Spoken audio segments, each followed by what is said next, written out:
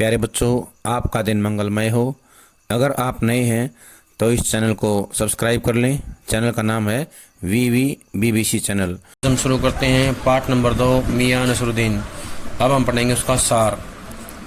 संस्मरण के क्षेत्र में हम हसमत शीर्षक से उनकी कृति का विशिष्ट स्थान है। हम हसमत जो है ये उनकी एक सर्वश्रेष्ठ कृति है, जिसमें अपने ही एक दूसरे व्यक्तित्व के रूप में उन्होंने हसमत नामक चरित्र का सृजन एक अद्भुत प्रयोग का उदाहरण प्रस्तुत किया है।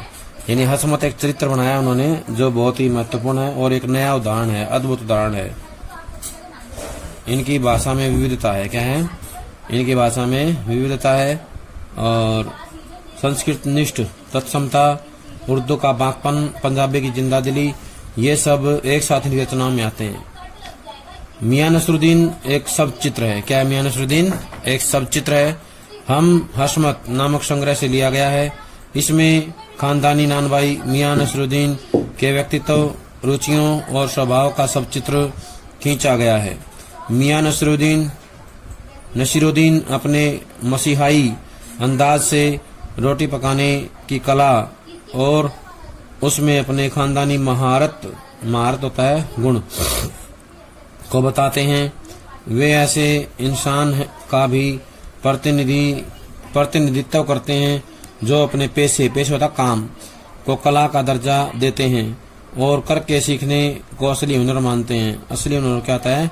असली गुण, असली जो विशेषता है वो है काम को करके सीखना। कृष्णा सोबती, इनका जन्म 18 फरवरी 1925 को गुजरात में हुआ। पश्चिमी पंजाब, वर्तमान में पाकिस्तान। प्रमुख रचनाएं हैं जिंदगी नामा, दिलो दानिश, ए लड़की, समय सरगम, ये उपन्यास हैं। डार से बिछुड़ी, मित्रों मरजानी, बादलों के घेरे, सूरजमुखी अंधेरे के कहानी संग्रह हैं। हम हसमत शब्दों के आलोक में ये सब चित्र हैं संस्मरण के आधार पर लिखे हुए संस्मरणात्मक सब चित्र। प्रमुख सम्मान मिले हैं साहित्य अकादमी सम्मान, हिंदी अकादमी का सलाह का सम्मान, साहित्य अकादमी की 72 सदस्यता सहित अनेक राष्ट्रीय पुरस्कार मिले हैं। 25 जनवरी सन 2019 को इनका निधन हो गया। 25 जनवरी सन 2019 को इनका निधन हो गया। इनके अमर पात्र हैं। इनके कुछ पात्र ऐसे हैं जो अमर कहे जाते हैं, जैसे मित्रों, शाहनी, हसमत। मित्रों, शाहनी, हसमत इनके द्वारा बनाए गए पात्र हैं, सृजित पात्र हैं जो हिंदी साहित्य में अमर हो गए हैं, अमर कहलाते हैं। इनकी रचनाएं हैं श्रेष्ठ रचनाएं जो कालजयी रचनाएं कहलाती हैं। भारत पाकिस्तान पर जिन लेखकों ने हिंदी में लिखा है या कालजयी रचनाएं लिखी है, उनमें कृष्णा सोबती का नाम भी पहली कतार में आता है। इनका नाम जो है सबसे पहले लिया जाता है। यशपाल के झूठा सच, राही मासूम रजा के आधा गांव और भीष्म साहनी के तमस के साथ साथ कृष्णा सोबती का जिंदगी नामा इस प्रसंग में विशिष्ट उपलब्धि माने गए हैं। कृष्णा सोबती का जिंदगी नामा जो है एक कालजयी रचना है, वो विशिष्ट उपलब्धि है इनकी। लोग इसको जानते हैं, पहचानते हैं और काफी इनकी रचनाएं पढ़ने में आई है। मियां नसरुद्दीन, ये पाठ का नाम है। इस पाठ में मियां नसरुद्दीन का शब्द चित्र जो है यहाँ पर प्रस्तुत किया है कृष्णा सोबती ने। उनके जीवन में किस प्रकार कैसे जो है उन्होंने एक महारत हासिल की, इसके बारे में बताया गया है। साहबो, उस दिन अपन माने हम मटिया महल की तरफ से न गुजर जाते तो राजनीति, साहित्य और कला के हजारों हजार मसीहों के धूम धड़के में नानभाइयों के मसीहा मियां नसीरुद्दीन को कैसे तो पहचानते और कैसे उठाते लुत्फ उनके मसीही अंदाज का। साहबों होता है श्रीमान। क्या होता है साहबों? श्रीमान या साहब। अपन होता है हम। अपन क्या होता है? हम। मसीहा होता है धर्मगुरु। क्या होता है मसीहा? मसीहों होता है धर्मगुरुओं और मसीहा होता है धर्मगुरु। क्या होता है मसीहा? धर्मगुरु या देवदूत। देवदूत को भी मसीहा कहते हैं। लुत्फ होता मजा। क्या होता है? लुत्फ, मजा उठाना।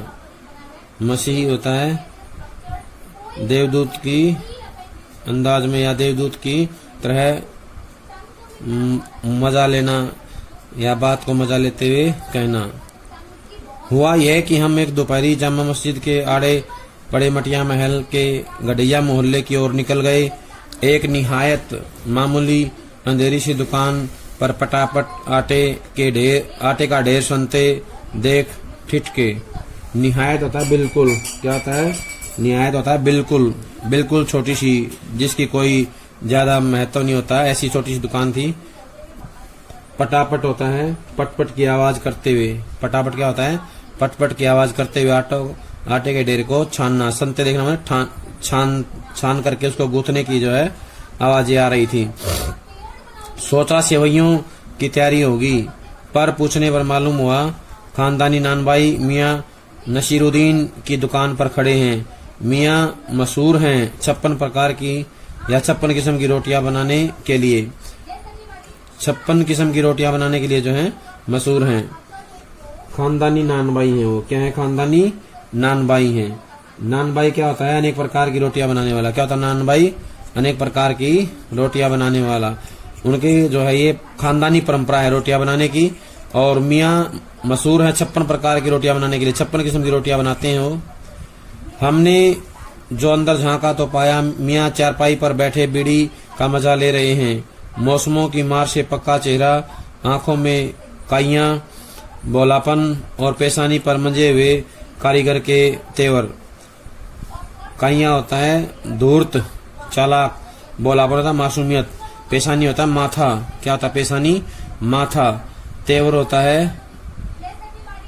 तेवर का मतलब होता है उनका जो नजरिया था। कारीगर होता है काम करने वाला, कुशल कारीगर, काम करने वाला कुशल कार्यकर्ता या काम करने वाला विशेष व्यक्ति। तेवर होता है अंदाज या उसके काम करने का जो तरीका विशेष होता है उसको बोलते हैं तेवर। क्या बोलते हैं? काम करने वाले का एक देखने का नजरिया होता है, उसको तेवर कहते हैं। हमें गाहक समझ मियाँ ने नजर उठाई। फरमाइए, फरमाइए माने कहिए। झिझक से कहा आपसे कुछ एक सवाल करने थे या पूछने थे, आपको वक्त हो तो। मियाँ नसीरुद्दीन ने 5000 अंदाज से सिर हिलाया। 5000 होता है 5000 सैनिकों का अधिपति। 5000 सैनिकों का अधिपति यानी कि जिसके पास 5000 सैनिकों उसको बोलते हैं पंचहजारी। क्या बोलते हैं? पंचहजारी। निकाल लेंगे वक्त थोड़ा, पर यह तो कहिए आपको पूछना क्या है? आप क्या पूछना चाहते हैं?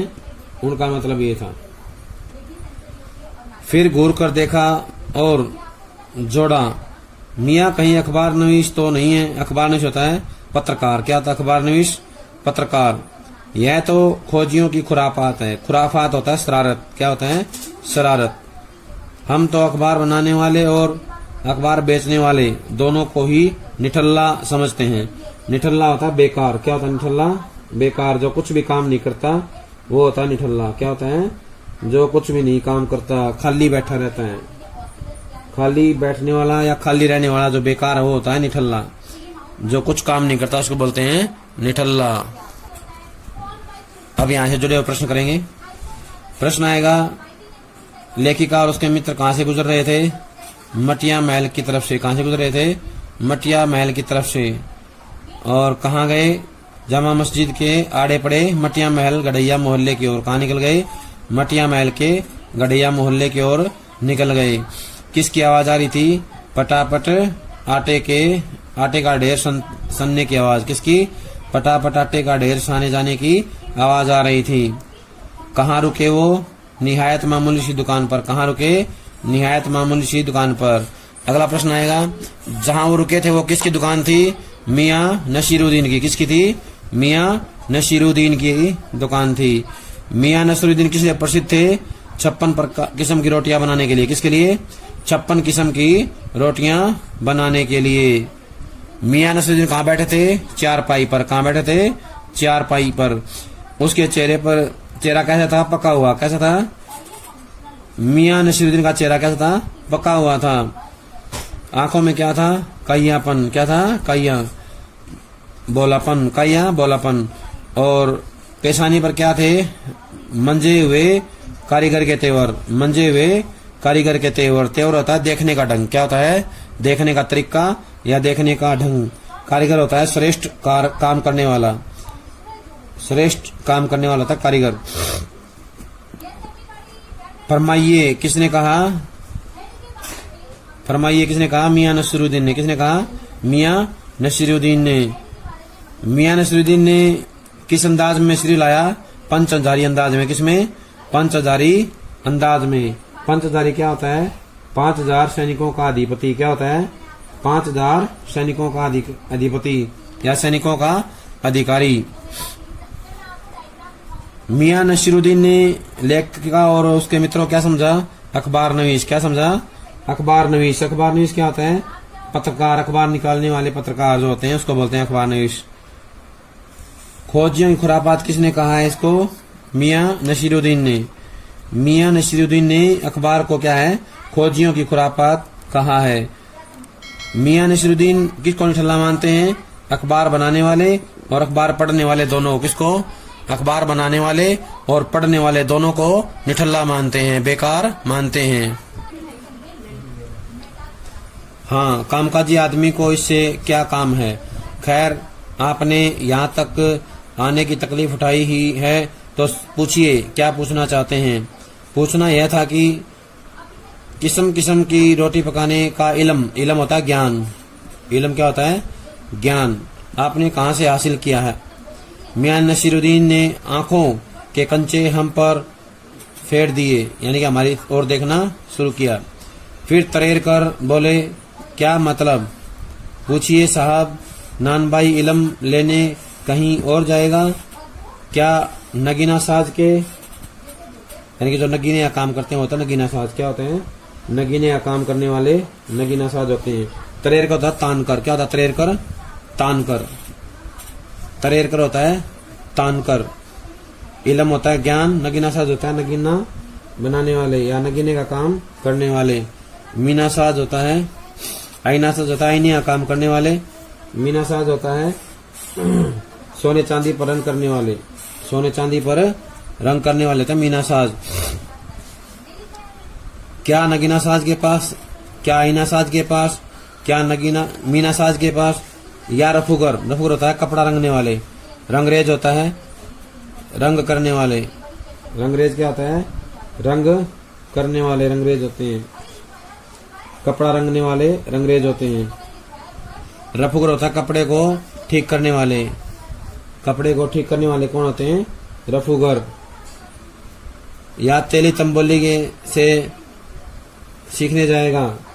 तंबोली होता है पान लगाने वाले। तंबोली क्या होता है? पान लगाने वाले। तेली होता है तेल का काम करने वाले। क्या फरमा दिया साहब? फरमाना होता है कहना। क्या होता है फरमाना? कहना। यह तो हमारा खानदानी पेशा है। पेशा माने काम। ये हमारा खानदानी काम है। हाँ, इल्म की बात पूछिए तो जो कुछ भी सीखा है अपने वालिद उस्ताद से ही सीखा है। वालिद होता पिता। क्या होता है? वालिद पिता से सीखा है। उस्ताद होता गुरु। मतलब यह है कि हम घर से न निकले कि कोई पेशा अख्तियार करेंगे, यानी कि घर से निकले बिना ही हम क्या है कोई ना कोई काम अवश्य पकड़ लेंगे। प्रश्न यहाँ बनेगा, कामकाजी आदमी को इससे से क्या मतलब है? इससे का मतलब होता है अखबार। क्या होता है? अखबार। मियां नसीरुद्दीन मानते हैं कि काम करने वाले व्यक्ति को अखबार से कोई मतलब नहीं होता है। तकलीफ होता कष्ट उठाना। क्या होता तकलीफ? कष्ट उठाना। लेखिका और उसके मित्रों ने क्या प्रश्न पूछा? किस किस्म किस्म की रोटी पकाने का इल्म आपने कहाँ से लिया? क्या पूछा? किस्म किस्म की रोटी, यानी कि अनेक प्रकार की जो रोटियां बनाते हो ये ज्ञान आपने कहाँ से लिया है? मियां नसीरुद्दीन ने आंखों के कंचे किस पर फेर दिए? लेखिका और उसके मित्रों की ओर। किधर? लेखिका और उसके मित्रों की ओर। फिर तरेर कर बोले क्या मतलब है? उन्होंने उससे पूछा कि आपकी बात का क्या मतलब है? पूछिए साहब, नानबाई इल्म लेने कहीं और जाएगा? यानी कि जो नानबाई बनाता है, रोटियां बनाने या जो काम करता है, वो इसका ज्ञान सीखने के लिए और कहीं और जाएगा, यानी कि कहीं और जाने की जरूरत है। अलग अलग प्रकार के उदाहरण दिए हैं। नगीना साज के पास, आईना साज के पास, मीना साज के पास, रफूगर अंग्रेज या तेली तंबोली से सीखने जाएगा। यानी कि ये अलग अलग प्रकार का काम करने वाले लोग हैं, क्या इनके पास जाएगा? उनके कहने का मतलब ये है कि जो काम सीखा है उन्होंने अपने घर में अपने पिता से सीखा है, ये उनका खानदानी पेशा है, और उन्होंने ज्ञान जो है वालिद उस्ताद यानी कि अपने गुरु पिता से सीखा है। किससे सीखा है? अपने गुरु पिता से सीखा है। उनके गुरु कौन है? उनके पिता हैं। वालिद इसका मतलब है पिता। प्रश्न आएगा, मियां नसीरुद्दीन ने रोटी बनाने का ज्ञान कहाँ से सीखा? अपने पिता से सीखा, जिनको वो अपना गुरु मानते हैं। मतलब ये है कि हम घर से न निकले कि पेशा अख्तियार कर लिया, यानी कि उन्होंने काम का चयन या काम चुन लिया था, घर से निकले बिना ही अपने काम में वो जो है पारंगत हो गए थे। बाप दादा का हुनर था वही उनसे पाया, और वालिद मरहूम के उठ जाने पर आ बैठे उन्हीं के ठिये पर। ठिया होता स्थान, क्या होता ठिया? स्थान। मरहूम होता स्वर्गीय, क्या होता मरहूम? स्वर्गीय। वालिद पिता, पिता जब स्वर्ग सिधार गए तो उनके जाने के बाद उनके काम के स्थान पर हम आ बैठे। आपके वालिद मियां नसीरुद्दीन की आंखें लम्हा भर को किसी भट्ठी में गुम हो गई। लम्हा होता कुछ पल के लिए, लम्हा क्या होता है? कुछ पल के लिए उनकी आंखें खो जाती हैं, यानी पिछली यादों में गुम हो जाते हैं। लगा गहरी सोच में है, फिर सिर हिलाया, क्या आंखों के आगे चेहरा जिंदा हो गया? हाँ, हमारे वालिद साहब मशहूर थे। वालिद होता पिता, उनके पिता मशहूर थे रोटियां बनाने के लिए। मियां बरकत शाही नानबाई गढ़ैया वाले के नाम से, और उनके वालिद यानी कि हमारे दादा साहिब आला नानबाई मियां कल्लन, वो भी जो है काफी प्रसिद्ध थे। आपको इन दोनों में से किसी की भी कोई नसीहत याद हो? नसीहत होता है शिक्षा। नसीहत का है कि मियां काम करने से आता है, नसीहतों से नहीं। काम करने से आता है, नसीहतों से नहीं। ये बात किसने कही? मियां नसीरुद्दीन ने। किसने कही? मियां नसीरुद्दीन ने कही थी। क्या कहा था? काम करने से आता है, नसीहतों से नहीं आता। बजा फरमाया, बजा होता ठीक कहना, ठीक कहा। पर यह तो बताइए कि जब आप हमने भट्ठी की ओर इशारा किया, इस काम पर लगे, तो वालिद साहिब ने सीख के तौर पर कुछ तो कहा होगा। मियां नसीरुद्दीन ने जल्दी 2-3 कस खींचे, फिर गला साफ किया और बड़े अंदाज से बोले, अगर आपको कुछ कहलवाना ही है तो बताइए, बताए दिए देते हैं। आप जानो, जब बच्चा उस्ताद के यहाँ पढ़ने बैठता, उस्ताद तो गुरु, तो उस्ताद कहता है कहे अलिफ, बच्चा कहता है अलिफ। कहे बे, बच्चा कहता है बे। कहे जीम, बच्चा कहता है जीम। इस बीच उस्ताद जोर का एक हाथ सिर पर धरता है और शागिर्द होता शिष्य चुपचाप प्रवान करता है। समझे साहिब, एक तो पढ़ाई ऐसी, और दूसरी बात बीच में छोड़ सामने से गुजरते मीर साहिब को आवाज दे डाली, कहो भाई मीर साहिब, सुबह न आना हुआ पर क्यों? अब यहाँ जुड़े हुए प्रश्न करेंगे। पहला प्रश्न यही आएगा कि मियां नसीरुद्दीन ने किसके लिए मरहूम शब्द का प्रयोग किया है? अपने पिता के लिए। किसके लिए किया है? अपने पिता के लिए मरहूम शब्द का प्रयोग किया है। अगला प्रश्न आएगा, कितने समय के लिए किसी भट्ठी में उनकी आंखें गुम हो गई? लम्हा भर के लिए। कितने समय के लिए? लम्हा भर के लिए। लम्हा भर के लिए, कुछ क्षण के लिए उनकी आंखें भट्ठी में गुम हो गई। उनको किसकी यादें ताजा हो आई थी? अपने पिता की। किसकी? मियां नसीरुद्दीन को उसके पिता की यादें ताजा हो आई थी। उनके पिता कौन थे? मशहूर नानबाई। कौन थे? मशहूर नानबाई। मियां बरकत शाही कौन थे? मियां बरकत शाही। मियां बरकत शाही कौन थे? दादा। मियां बरकत शाही नानबाई गढ़ैया वाले के नाम से, मियां बरकत शाही उनके पिता का नाम था। किसका नाम था? मियां बरकत शाही उनके पिता का नाम था। मियां नसीरुद्दीन के पिता का नाम था मियां बरकत शाही नानबाई गढ़िया वाले। उनके दादा का नाम था मियां कल्लन। मियां नसीरुद्दीन के दादा का नाम था मियां कल्लन। क्या नाम था? मियां कल्लन। मियां कल्लन कौन थे? मियां नसीरुद्दीन के दादा थे। और बरकत शाही नानबाई गढ़िया वाले कौन थे? मियां नसीरुद्दीन के पिता। अगला प्रश्न आएगा, काम करने से आता है नसीहतों से नहीं, ये किसने कहा? मियां नसीरुद्दीन ने। किसने कहा? मियां नसीरुद्दीन ने। अगला प्रश्न है, मियां नसीरुद्दीन पढ़ाई का कौन सा उदाहरण देते हैं? गुरु शिष्य का। कौन सा उदाहरण देते हैं? गुरु शिष्य का। गुरु बताता है बच्चे को, कहे अलिफ, बच्चा कहता है अलिफ। कहे बे, बच्चा कहता है बे। गुरु शिष्य का उदाहरण है। गुरु शिक्षा देता है बच्चे को इस प्रकार से। उस्ताद जोर से या जोर का एक हाथ सिर पर धरता है और शागिर्द चुपचाप प्रवान करता है। शागिर्द का मतलब क्या होता है? शिष्य। क्या होता है? शागिर्द, शिष्य। मियां नसीरुद्दीन ने बीच में किसको आवाज दी? मीर साहिब को। किसको आवाज दी? मीर साहिब को। मियां नसीरुद्दीन ने मीर साहिब को आवाज दी थी। सुबह कौन नहीं आया? मीर साहब। मियां नसीरुद्दीन ने कहा कि मीर साहब सुबह आप क्यों नहीं आए? प्यारे बच्चों, ये था हमारा पाठ नंबर 2 मियां नसीरुद्दीन। सभी जो है इसके प्रश्न उत्तर याद कर लेंगे, पाठ को अच्छे से समझेंगे।